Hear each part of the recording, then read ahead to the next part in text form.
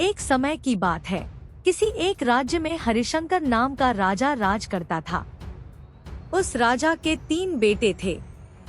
उसकी ख्वाहिश थी कि वह उसका सबसे काबिल बेटा उसकी राजगद्दी संभाले, लेकिन वह इस बात को लेकर संशय में था कि तीनों में से किसे वह अपना राजपाट सौंपे। एक दिन राजा को एक तरकीब सूझी। उसने उसी समय अपने तीनों बेटों को बुलाया और कहा, बेटे, आज मैं तुम सबसे एक सवाल पूछता हूँ। अगर तुम लोगों के सामने एक गुनहगार खड़ा हो तो तुम उसके साथ क्या करोगे? इस पर राजा के पहले बेटे ने कहा, उस अपराधी को सजाए मौत दी जानी चाहिए। वहीं दूसरे बेटे ने कहा, गुनहगार को काल कोठरी में बांध देना चाहिए। जबकि तीसरे बेटे ने कहा, पिताजी, हमें उसे सजा देने से पहले इस बात की जांच करनी चाहिए कि उसने सही में अपराध किया है या नहीं। इस पर राजा के तीसरे बेटे ने सभी को एक कहानी सुनाई।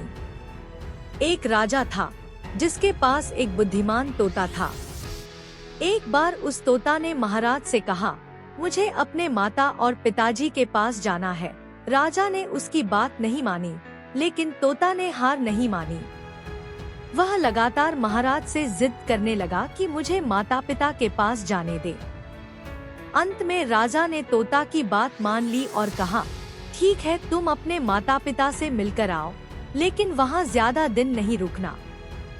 राजा ने तोता को केवल 5 दिन की अनुमति दी और कहा, तुम 5 दिन में अपने परिवार वालों से मिलकर लौट आना। इसके बाद तोता 5 दिन के लिए अपने माता पिता के पास चला गया। छठे दिन जब वह राजा के पास लौट रहा था तो उसने सोचा कि क्यों न वह महाराज के लिए कुछ उपहार ले लिया जाए। फिर वह पर्वत की ओर निकल पड़ा। दरअसल वह महाराज के लिए अमृत फल लेना चाहता था। वहां पहुंचते पहुंचते रात हो गई। तोता ने पर्वत पर पहुंचकर फल तो ले लिया, लेकिन रात हो जाने के कारण वह आगे नहीं बढ़ा और वहीं रुक गया। उस रात जब तोता सो रहा था तभी एक सांप वहां आया और उसने राजा के लिए गए अमृत फल को खाने लगा। सांप ने फल को खाया, इस कारण उस फल में जहर फैल गया था। हालांकि तोते को इस बात की भनक तक नहीं थी। अगली सुबह जब वह जगा तो फल लेकर महल की ओर चल पड़ा। जब वह महल पहुंचा तो खुशी खुशी सीधे राजा के पास गया और कहा, महाराज, मैं आपके लिए यह अमृत फल लेकर आया हूँ। आप इसे खाएंगे तो सदा के लिए अमर हो जाएंगे। यह सुनकर राजा काफी प्रसन्न हुए।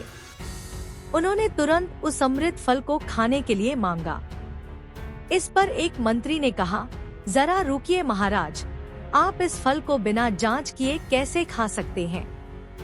एक बार यह देख तो लीजिए कि तोता द्वारा लाया गया यह अमृत फल सही है या नहीं।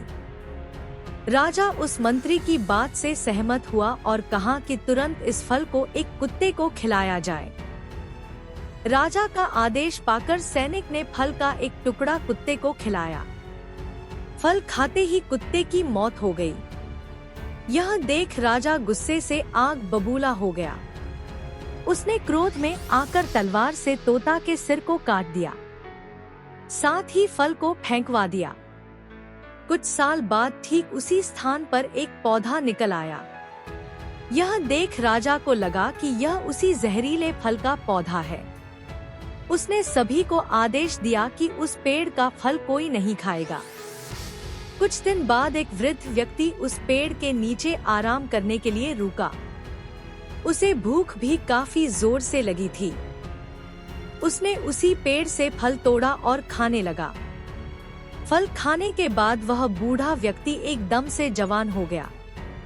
राजा ने जब यह देखा तो वह आश्चर्यचकित रह गया। उसे समझ आ गया कि वह फल जहरीला नहीं था। उससे बहुत बड़ी गलती हो गई।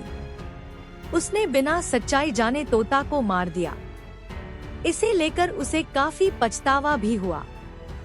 इसके लिए वह मन ही मन खुद को कोसने लगा। इधर तीसरे राजकुमार की कहानी खत्म होने के बाद राजा हरिशंकर ने उसे ही अपना उत्तराधिकारी नियुक्त किया। इसके बाद राज्य में जश्न मनाया गया। कहानी से सीख। इस कहानी से हमें यह सीख मिलती है कि हमें कभी भी बिना जांच किए किसी को सजा नहीं देनी चाहिए।